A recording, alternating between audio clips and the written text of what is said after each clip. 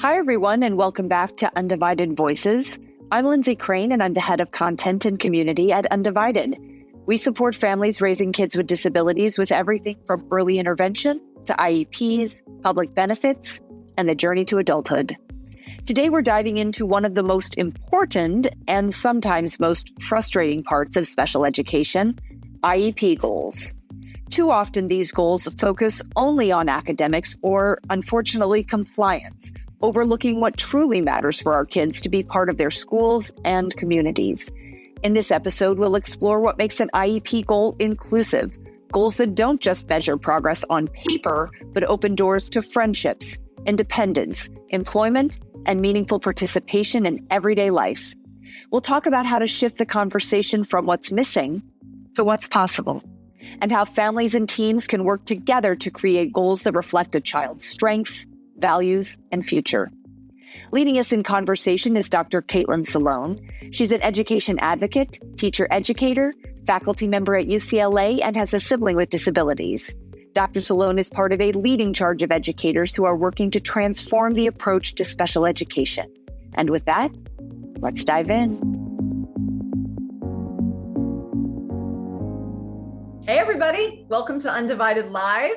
Today we're talking about inclusive IEP goals. So if your child is in a gen ed class for the majority of their day, how can their IEP goals ensure they aren't removed from the classroom for goal work? And does it matter if they aren't performing on grade level? If your child's in a special ed classroom and you're looking for more meaningful, inclusive opportunities, how can your goals support those needs? And what if your IEP team has no idea how to write or envision inclusive goals? We're going to give you 4 easy steps on how to tackle your child's goals with inclusion in mind. We're going to share a template that can help your child build or break down goals, and we'll identify red flags to watch for before you sign that IEP. I'm Lindsay Crane, and I head the content and community teams at Undivided. With me today, we welcome back Dr. Caitlin Solone. Dr. Solone is a teacher, educator, and faculty within UCLA's Disability Studies Department. She's also an inclusion consultant to school districts around California and a sibling to a beautiful human who happens to have CP. Welcome back, Dr. Solone. Thanks so much, Lindsay. It's so nice to be back with y'all. So if you still have questions after our talk today, our Undivided navigators would love to help. They can walk you through a personalized step-by-step guide detailing your biggest priorities around inclusion, goals, and IEP prep. And if you don't even know where to start, they can help with that too. But right now, let's talk about how to write inclusive IEP goals. So every student can have inclusive goals regardless of their classroom placement. And there are several kinds of goals, and we're going to touch on each. So academic goals like reading or math, related service goals like speech or OT, and non-academic goals like socialization and behavior. So we're going to talk about how each of these fit into the 4 steps parents can take when considering IEP goals and how they support inclusion. But first, Dr. Solone, how are you defining inclusive goals? I'm defining inclusive IEP goals as IEP goals that work to help us and the IEP team work on academic and social skills in the natural, inclusive general education setting. So these are goals, they don't have to necessarily be worked on in a general education setting or in inclusive settings, say on campus, like in lunch and things like that. But it's important to consider writing goals that can be worked on in those settings so that the goals are not a barrier to inclusive opportunities. Why do inclusive goals matter? Inclusive goals are so important because I can't tell you how many times there have been families or students who either the team wants to see included more or the family would like to see included more. And the justification that's received is oftentimes, well, they need to work on goal work and they have these IEP goals, and these IEP goals can't be worked on in the context of a general education classroom. And while oftentimes that's actually not true, we can make it work in many cases. There are some really important considerations that we need to make when we're thinking about developing and writing our IEP goals so that it is not a barrier. And that actually is the perfect segue to our first step in tackling inclusive goals, which is write a vision statement. So think about what are your big picture or long-term goals for your child. And I can hear people thinking like, why does that matter? I just need an IEP goal. So Dr. Solone, can you explain what a vision statement is and why it's an essential consideration for IEP goals, and specifically for our focus today, inclusive goals? Yes, absolutely. A vision statement is a tool. It's an opportunity to really think as a family, as an IEP team, depending on how old your child is, having your child think about what are the big picture goals that you have, your child has, your IEP team has for your child's future. And a vision statement allows us to write out those things. What are your dreams and wishes for your child? What are their own dreams and wishes for themselves? And when we have that as kind of our anchor, then we can always return to that anchor to figure out what steps we need to take to really allow it to come to fruition. A vision statement can be epic, but it also can be as simple as, I want my child to be surrounded by people they love, to be happy and healthy, to be able to, go to the store and, use a credit card, to be able to, have a conversation, with people around them. Or it could be, I want them to be able, to go to college and to have, a healthy relationship and to advocate for themselves. I mean, it can be, because I know I hear from a lot of parents with younger kids who it's like, I have no idea. And I don't, like, sometimes parents can almost think of a vision statement as almost being like painful to think about. Mm-hmm. So I don't know if you just want to say something to that. Yeah, absolutely. And I think oftentimes the more simple, the better for vision statements, right? We don't know what the future holds. We really have no idea. And we don't know what our child's dreams and hopes are for their future. So the broader we can be, oftentimes the better when we're thinking about a vision statement. And when, exactly to your point, what you were saying about, surrounded by a loving community, has close friends, has the ability to, go into a store and pay for their groceries using whatever modality works for them, maybe with support or not. But it is really difficult to envision what that future might hold. And you don't have to, I think, get caught up in the what ifs when writing a vision statement. Instead, just think about, ultimately, at the end of the day, what are a few of the most important things in anybody's life, right? Contributing to society, having a strong social network, or at least a core group of people who really care about you and you care about them, right? Like thinking about what are the top 3 or 4 most important things for you, for your family, for your child, from their perspective, and then going from there. So yes, it can be really easy to get caught up in all the either catastrophizing or what ifs, or going off of what everybody else around you is saying all the time, but just take a step back and really just allow yourself to think about what matters most and just move from there.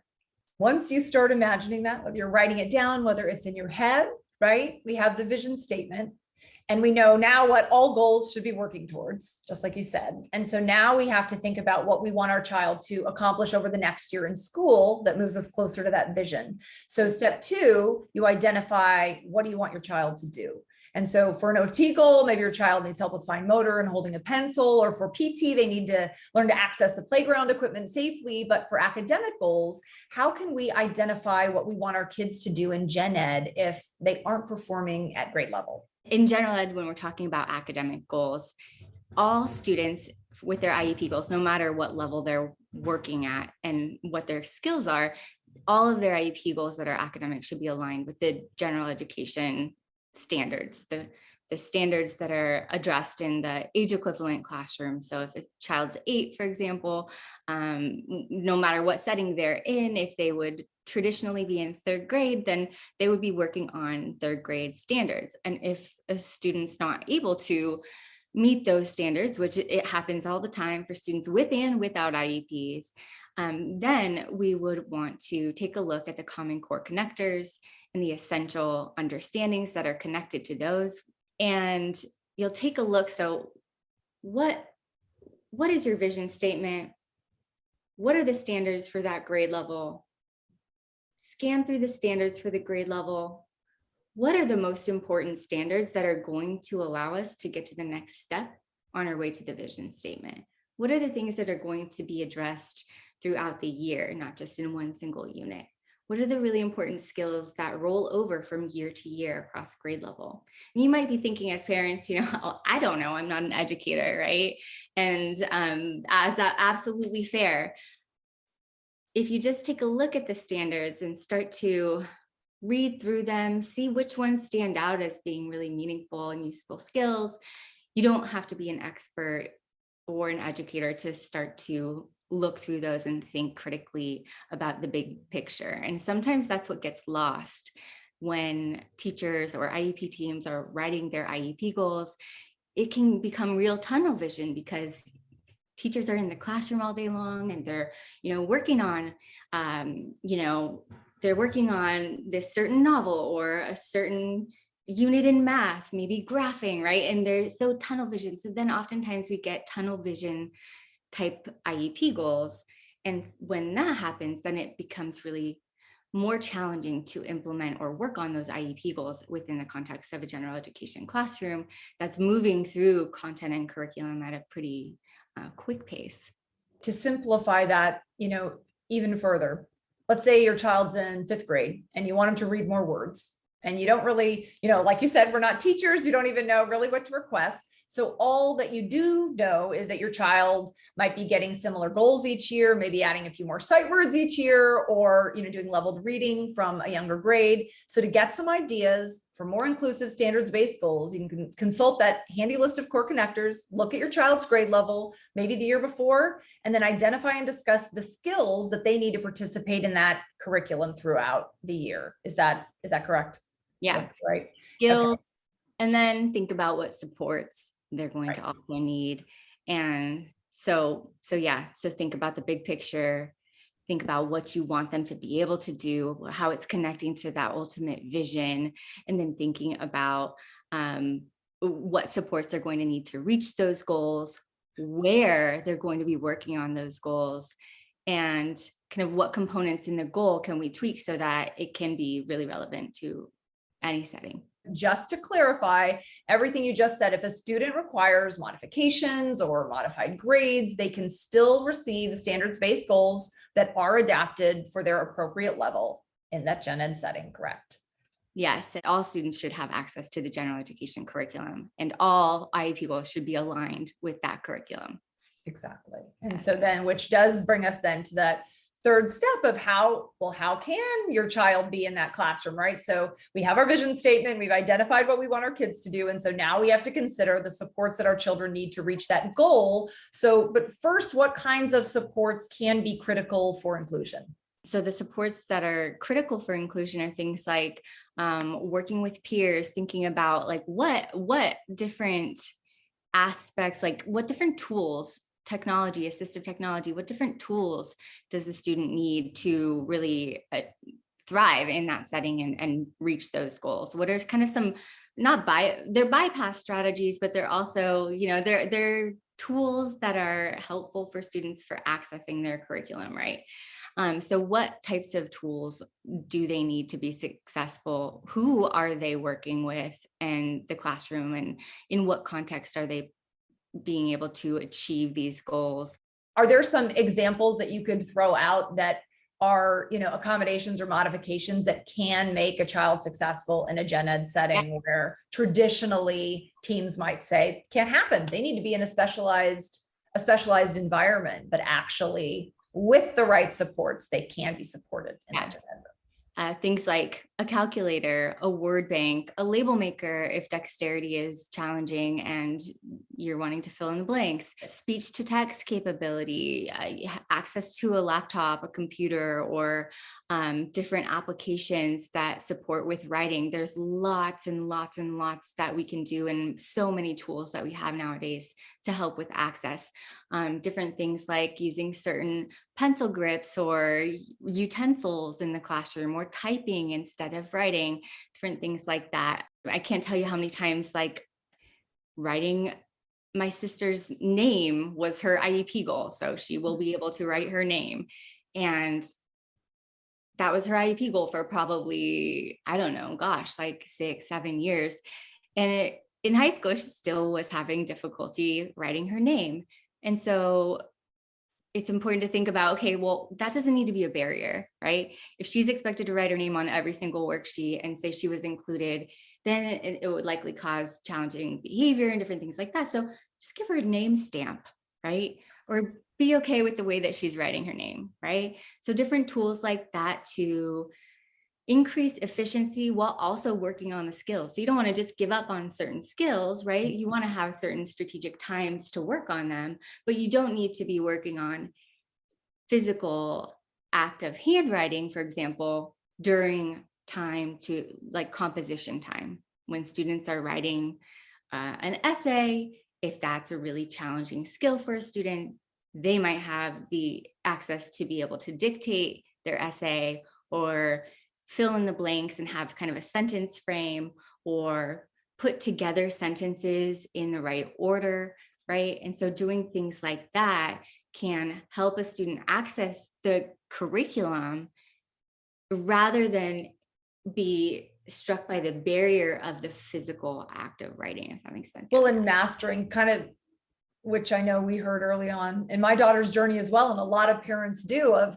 well, you haven't mastered this goal, so you're not ready to go into that classroom yet, right? Like goals are really, sometimes they can be used on their own as a barrier of like, well, you didn't get there yet. Like there's some tests that you have to pass to be able to get into that gen ed class. Is there anything you want to say about that? Well, that there's not, there's simply not a test that you have to pass, and there's no eligibility for being in general education. If a child can thrive more in a gen ed setting, and that's where they can be pushed and excel to the greatest extent possible, and we're able to provide them with the supports that they need in that setting, then that is their least restrictive environment, and that is the setting that they belong in.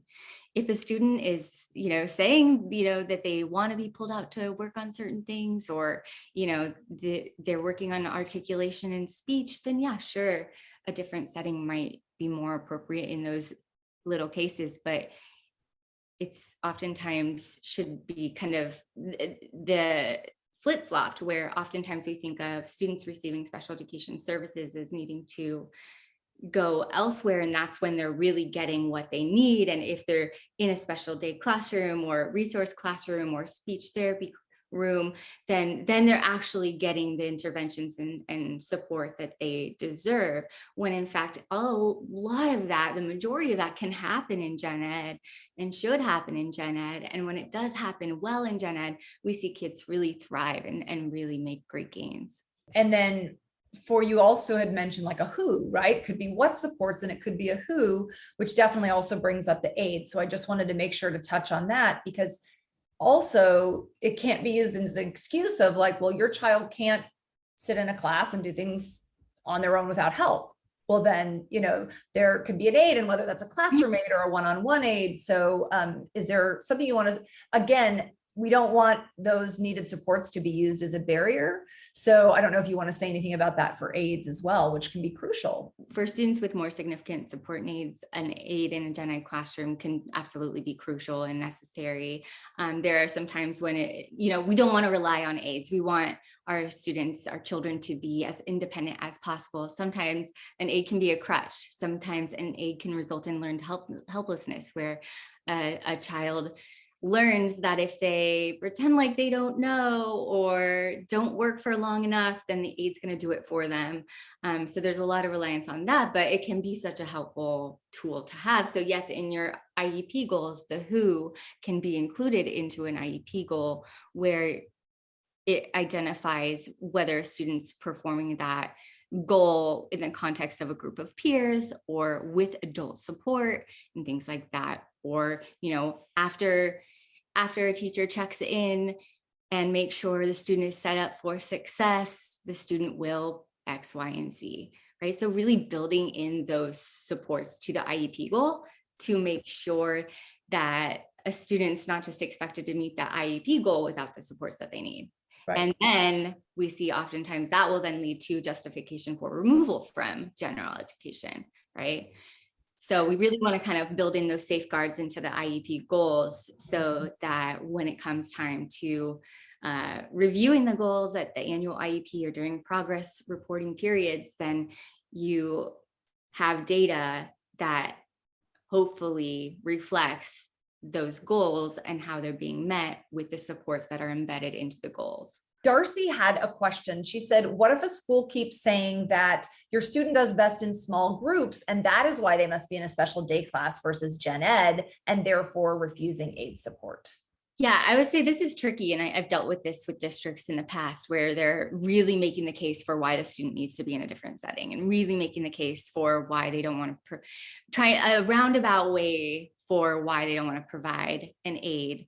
And if a child's least restrictive environment, if where they're going to thrive, and if you have data or that environment is where they can thrive best, then they not wanting to provide an aid in gen ed is not an excuse. And only because they do well in small groups is not an excuse for removal from gen ed. Now, I have seen it where the small groups and pull out time, if a school or if the data is showing that a student is really thriving in that environment and making progress on their IEP goals, and then maybe has an opportunity in gen ed and isn't thriving in the same way, that then schools will use that as justification. But I would ask them what data they have to support that the student does better in that setting, as opposed to a general education setting. Or yes, and if they have data to support that, is it comparative? And if it was comparative, is the student receiving the same supports in gen ed as they were receiving in a separate classroom? So asking questions from the district and really trying to get the data. And sometimes that's tricky because people aren't always providing the right supports in gen ed. Sometimes it's tricky because it depends on who's taking the data and what their motives are sometimes, right? So it's definitely a tricky situation. And in that case, if it's really difficult to get fully in gen ed, then thinking about, okay, so maybe my child does better in this setting, they're saying in math and reading perhaps, can we make sure that they're then pulled out for just math block, just reading block, and it's not on the RSP or whoever's the teacher, their schedule, but it's really following along with the student's schedule in that classroom, so they're not missing out on other subjects. But what about the kids who there isn't data because they've always been in special ed, but a special ed classroom, but they want to try that, so there isn't data? And they might say, well, they're making progress in their special ed classroom, but they haven't been given that opportunity. I would say a reminder IEP teams that IDEA says that all students with IEP should be included in general education and learning alongside non-disabled peers for the greatest extent possible. And we can kind of safeguard our IEPs by considering how to write our goals in ways that can be worked on in gen ed.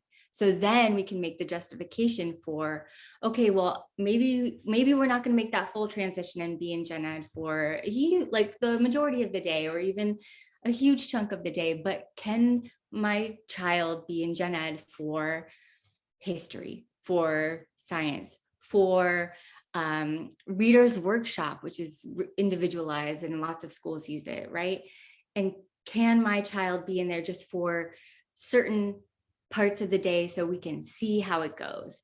And when we have our inclusive IEP goals already created and making sure that those are the way that the goals are written, we can kind of mitigate the barrier that oftentimes is, well, your child needs to work on goal work and that can't be done in gen ed. Isabel had, another really a question that unfortunately is common for families, which is, how do you answer a gen ed teacher who says there's a gap between her and her peers, and we're worried about this gap widening too much? The implication is that therefore this isn't the best placement for her. She's a first grader with Down syndrome, fully included in the gen ed class. She's making progress on her goals. Yeah, she's making progress on her goals. So one thing that it's really important to remind our general ed teachers that, if your child is far below grade level, or if they're not working at the same rate and pace as their peers, that's okay. And that teachers are not expected to catch students up. And a lot of times gen ed teachers feel like they have to. And so if they feel like, oh gosh, this student, there's a huge gap and I don't know how I'm going to be able to catch them up. And now I'm starting to feel bad about my abilities as a teacher, right? And I can't tell you how many times I've seen this play out. And once teachers hear that your job is not to catch this student up to grade level, your job is to support this student in making progress on their goals and progress in the curriculum at their own rate and pace. And it's okay if that looks different from everybody else, but reminding teachers of that and giving them the permission to accept that can go such a long way. And oftentimes it needs a little reinforcement. So you say it once and it comes up again, say it again, comes up again, say it a couple times. Don't give up on reminding teachers of that, because it can just be that automatic kind of tendency for teachers to go down that path.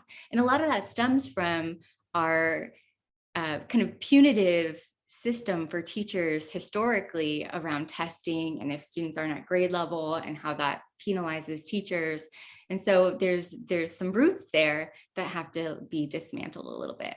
Anu just made a follow-up question. She said, so the main argument would be that my child can make progress / could possibly make progress on their goals in a gen ed classroom. Absolutely. In fact, oftentimes, if you're writing really intentional goals and having inclusion in mind when you're writing them, children can make more progress on their IEP goals because we've considered the big picture, considered the environment, and now we have many opportunities to work on these goals throughout the day rather than just during math centers at station 3. Yeah. So for example, if a student is learning to, it's really also about thinking differently about our goals. So often when I first started teaching, I would write really specific goals. We'll solve 2-digit math problems, using a checklist, things like that, right? And when we do that, it becomes really narrow. And if you can imagine what that would look like in a special day classroom or a resource classroom, it would probably look like whiteboard or some worksheets that have those types of problems and very rote and redundant skill work. If we think about what is it we want our child to be able to do, we want them to be able to recognize math equations, recognize what operation needs to be performed, and be able to then solve that problem either by hand, by using a checklist, by using a calculator to get the sum. Maybe we want them to practice solving it and then check their answer using a calculator, right? And so when we think differently about our IEP goals, we're really thinking about how are we building the skills my child needs to thrive, rather than I need my child to do this really rote skill and be a master of that. What often happens is we don't always have the best ways of measuring student progress, especially students with more significant support needs. And so what often happens is that we're working on these really rote skills. I mean, children are getting sick of it, right? Year after year after year. And if we don't have great tools to measure it, and our tools are saying, okay, or we haven't put the right supports in place, and our data is saying, okay, the student's not meeting this goal, or making a slower progress, then we just keep building these like baby steps, right? And they're just really small incremental steps. And oftentimes the children aren't super excited about doing that work. But when we take a step back and say, okay, the skill is identify the problem, the operation, find the solution, and check the answer, something like that, then you can apply that to all sorts of different types of math problems across any unit, right? And if a child can master that skill, then we got a lot to work with. Now we have the vision statement, we have our goal, our supports. So now we can underline some of the necessary elements that both support and require an inclusive setting, and we can write those directly into specific goals. So step 4 is use language within your goals that requires an inclusive environment. And this wouldn't be appropriate for every goal, but Dr. Solone, if you can explain really what that means and give us some examples of where this could make sense. Yes, absolutely. And again, to reiterate, this wouldn't necessarily be appropriate for every goal. And if you're trying to be really specific about the where, you might get a lot of pushback from your IEP team, depending. But for example, you could say an IEP goal could be something like, while participating in 8th grade biology, John will be able to name and describe 4 big ideas from each biology unit, right? Using and then adding in some really specific examples about, when provided with 10 options, we'll be able to pick out 4 of the big ideas from the biology unit. And then that's replicable, right? Like you can, it's important to understand what are the big ideas that we're learning here. And or maybe you want to have an IEP goal about the scientific method, right? Will I be able to identify the steps of a scientific method, but making sure you add in there, like where the student should be working on it. You can say things like, when working with a group of non-disabled peers, John will follow the steps of the science lab and be able to outline the steps and have a peer check their work, right? Mm-hmm. Things like that. So really thinking about, what does the goal imply? And so I really like that question that's in the chat about the setting and how so many goals are written to be in a specialist setting. And that oftentimes happens because it's how it's always happened, right? And it's what the norm has always been for so long. And so thinking about the setting, what specifically, where am I saying the student is meeting this goal in? The different groups, like when working in a cooperative group with 2 to 4 non-disabled peers, Jane will be able to take turns in 4 out of 5 opportunities. That really gives the opportunity for flexibility and repeated practice in many different contexts. So it's also really powerful for generalization too, because you're not just working on social skills or academic skills in one specific context, but you're working on a bigger set of skills across multiple contexts and with peers and in groups and in natural settings that are going to lend themselves well for a child's ability to thrive later in life.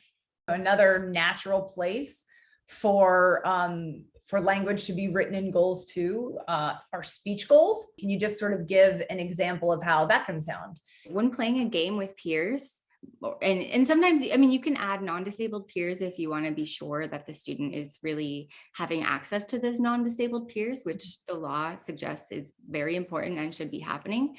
For both, right? Peers or non-disabled, peers and non-disabled peers, yes. Right? Just so. Yes, and not to diminish the importance of having friends who are like us, right? And having those strong relationships with other students with disabilities too. There's like that is a beautiful thing. It should be happening for sure. But when we're talking about inclusion, these are the kind of the tricks to make sure that that's happening in the setting we want. But in terms of a speech goal that can happen in the context of an inclusive environment, whether it's in the classroom or on the playground, is when engaged in cooperative groups with non-disabled peers, Joey will engage in four reciprocal exchanges with his peers, with prompting from the adult that's facilitating the cooperative group, right? As opposed to when asked certain questions with a speech and language pathologist, Johnny will respond in the right way, right? Or however those often sound.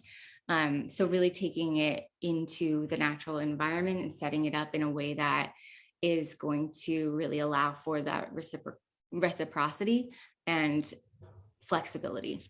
Another huge goal area to consider is behavior goals. So behavior is a frequent barrier, as many of us know, to inclusion. So can behavior goals actually help support inclusion?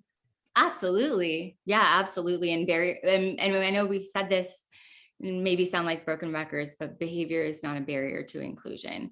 And there's no, there are no, precursors. You don't have to graduate or have a certain skill set in terms of behavior to enter a general education classroom. So yes, behavior goals are great and can be very supportive in gen ed. And really thinking about what supports my child needs, like what are those kind of the roots of the behavior, and how can we address that through a goal, and how can we give my child the supports they need to really thrive in that setting in terms of like the behavioral supports, and whether it's adult support or peer support or using certain structures. If they do have behavioral issues, can they be in full gen ed, or can they be in full gen ed other than just art and music? Yes, absolutely.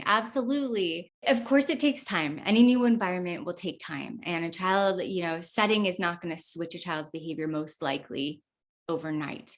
But when we add in those proper supports, it can change over time. And oftentimes what we see is that, some children don't prefer a gen ed classroom, but some really do. And when we switch their setting and put those supports in place and follow through and are consistent and give them what they need, that they can really thrive. And then you notice that their behavior just improves substantially, because they have 30 peer role models all around them. Not always, but they have so many role models. They have motivation to do the things that are asked of them when put in place properly. They have just built-in reinforcement around them at all times.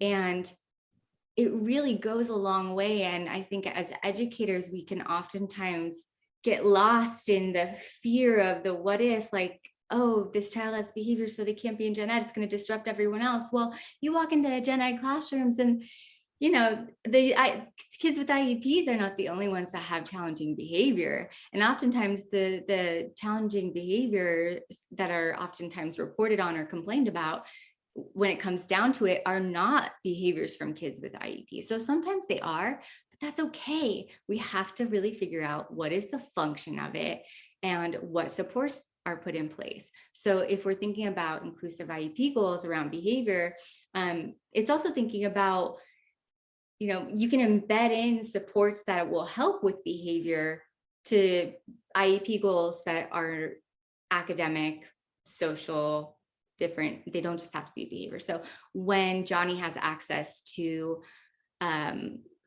fidget options, Johnny will use one of them during the lesson and will attend to the lesson, and instead of calling out or instead of hitting the desk, or really thinking about what are those replacement behaviors that are pro-social that we all really engage in but don't notice. Like, what do we do when we're in a long meeting and we're tired but we want to be respectful? Like, what are those adaptive strategies that we can give our kids so that they can learn to thrive in their settings and feel good about being where they are? If an IEP team doesn't know how to write goals to include a child in the gen ed setting who might not be on grade level, or maybe they just need heavier accommodations for a specific learning disability, what do we do? Do we whip out our goal templates and make some copies and pass them around the table? What do we do if there's no malice, but they don't know what to do or where to start? Yeah, and that's a very real problem. And that's when it's so important to really remember that our IEP team is a team. And oftentimes parents don't feel like that because of the way it's been and structured and administration and all of that stuff, right? But yes, help your IEP team to learn. And many teachers are not ill-intentioned, but don't have the skills or knowledge or understanding. So yes, give them the goal template. Yes, show them the Common Core state standards with the Common Core connectors and the essential understandings, and show them how much easier it can be to imagine what a child might be doing or working on in the context of their classroom at their skill level. And when you give them those tools, I would imagine, and anytime I've given teachers these tools, they've been blown away by how awesome those resources are, wishing that they had been aware of them sooner. And I also think we definitely need to touch on who is responsible for overseeing and implementing your child's goals in an inclusive class. You'll have to check with your team for who they think is responsible. So I would ask your team who they think is responsible for implementing, taking data, managing the goals.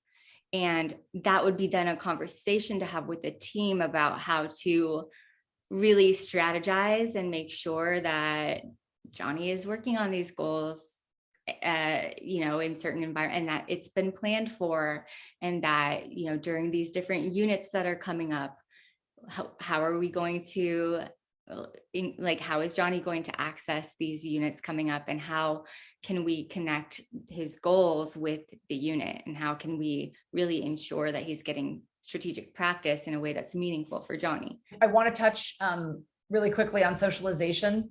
Which obviously is a core to a lot of what we're talking about, but with non-academic goals like socialization, seems like obvious places to be inclusive, but a lot of families don't think to include these kind of goals in an IEP. So are there some examples that we should consider to put into our IEPs that promote that?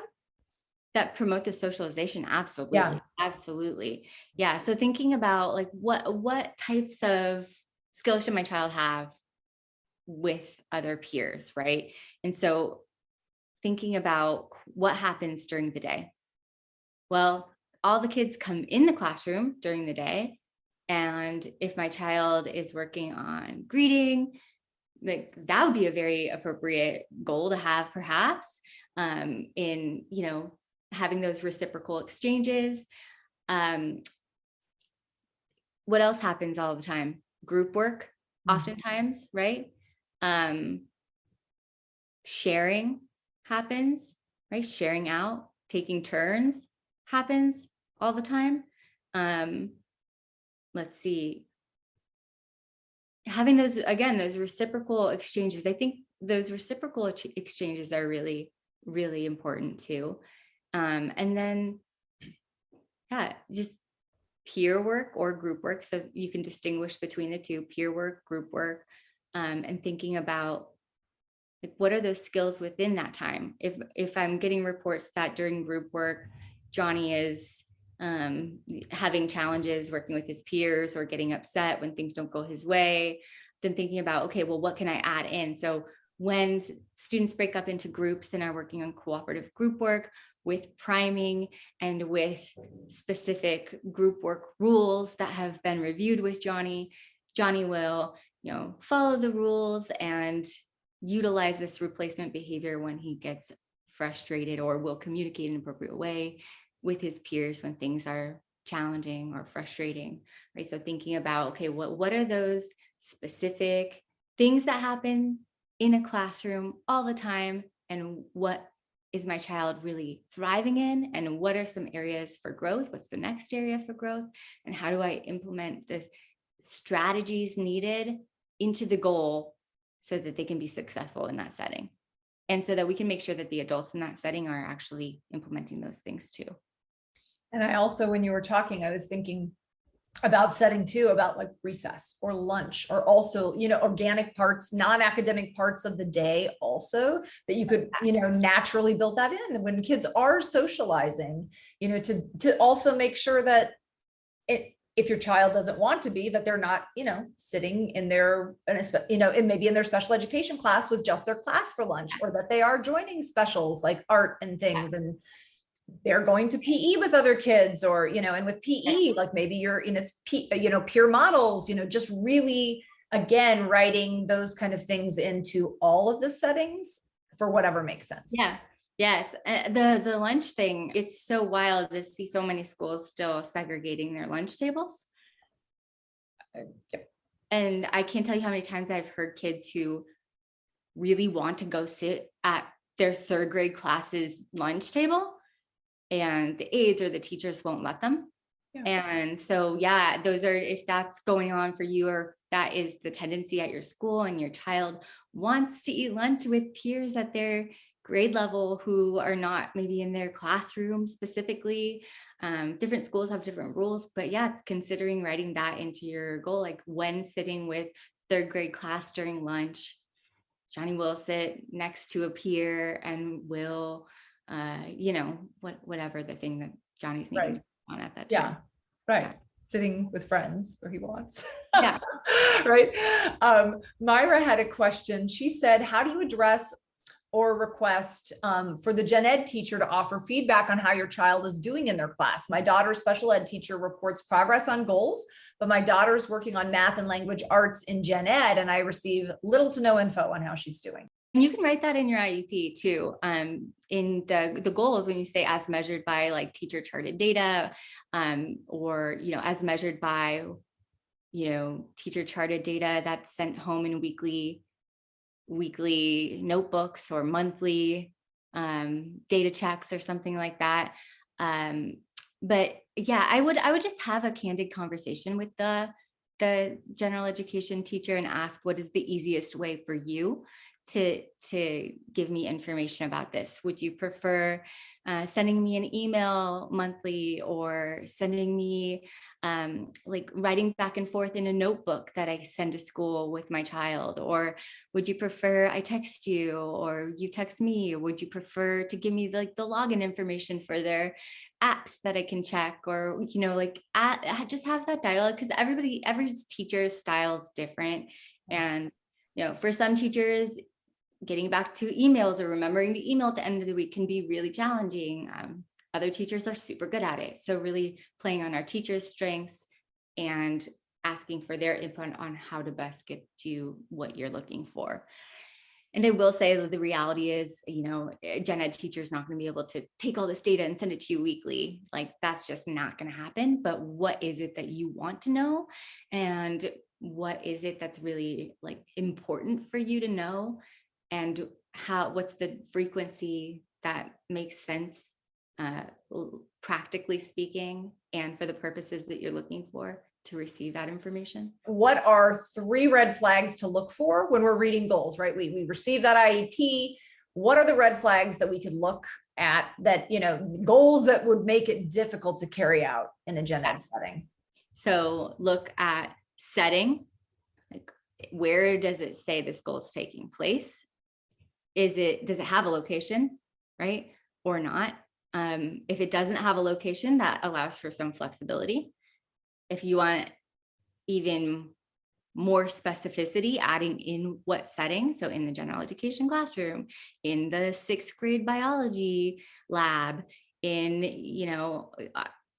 during the 6th grade lunch period, right? Really writing those in. So location is the first one.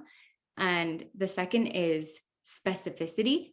So is the goal too specific? Is it a fraction goal? If it's a fraction goal, for example, fractions only take place for 6 weeks, sometimes depending on the grade level. So that would make it really difficult to work on in general education because it's too specific, right? So location, specificity, and the person. So an individual, I would say. So looking at who does this say that the student is going to be doing this with? Are they doing it with peers? Are they doing it with non-disabled peers? Are they doing it with an aide? Are they doing it with a teacher? Are they doing it with the speech and language pathologist? If those things are written in and it's very specific and it's kind of limiting. So location, person, and specificity. And then if you are thinking like you've identified those 3 things, you're like, okay, it says the speech room. Well, that's no good. Okay, it says just with the speech teacher. Well, that's not really going to be helpful for generalization. So maybe we want to expand it a little bit. If it says, okay, just pragmatics, like just who, what questions with the speech teacher, right? That's too specific here, right?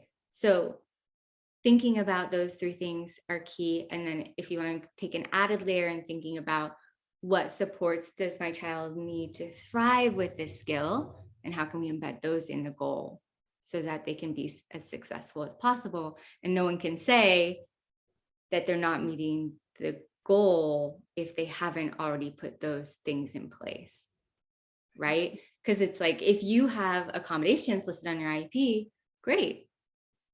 But if they're not directly attached necessarily to certain goals, then the likelihood that they're going to be implemented 100% of the time for your child, honestly, is maybe it's slim. Mm-hmm. So if you can write those things in the goals, it also protects you from having a more solid IEP goal that can then be more likely to be met and less likely to be used as justification for lack of progress and things like that. And I would say, like, don't stress about this, right? Like, if you could just take a look at one of your child's goals, just take a look at one of them and see how you could tweak one goal. And then the next IEP cycle, maybe you really tackle two of the most important ones that you're adjusting, right? Or maybe you feel like you have the capacity to tackle more, right? But don't put that pressure on yourself to really like hold an amendment right away, change all your IEP goals. This is food for thought, and it's an evolution. Like, we're always learning and growing, and it's okay if it's not perfect right now. It will never be perfect, right? We are learning all the time, and we're learning new things all the time. When I look back to IEPs I wrote my first couple of years of teaching, even the last couple of years of teaching, it's like, yeah, there's a lot of things that I would do differently. And when you know more, you know better, you can do better, and we can't do it all. We want to optimize our kids' goals so they can be meaningful members of their classes, their schools, and beyond. And so just remember exactly what you were saying, Dr. Solone, when you feel overwhelmed, just remember those 4 steps, right? Vision statement. What are they going to do? What supports do they need? And how can I write inclusion into these specific goals? So, if it still feels like a lot, just grab that template that we provided and just, really work your way through that, which, really breaks it down. And if you'd like to work on that with somebody, we can help with that. So if you want or need deeper support and a one-on-one guide to talk through these 4 steps or get those goals into shape or explore other ways that you can advocate for more inclusion, our Undivided navigators would love to walk you through it. Our mission is to support you so your children can thrive, but we want you to thrive too. So if you need help, please reach out. That's it for today's episode of Undivided Voices. I hope you can walk away with concrete ideas of how your child's next IEP can support their education and belonging. If you found this conversation helpful, don't forget to subscribe so you don't miss what's coming next. And if you're looking for more support, the Undivided app gives you access to tools and resources. Plus, you can sign up for 2 free meetings with our navigators to get personalized guidance for your family. Just head to www.undivided.io to learn more. Thanks for listening, and I'll see you next time on Undivided Voices.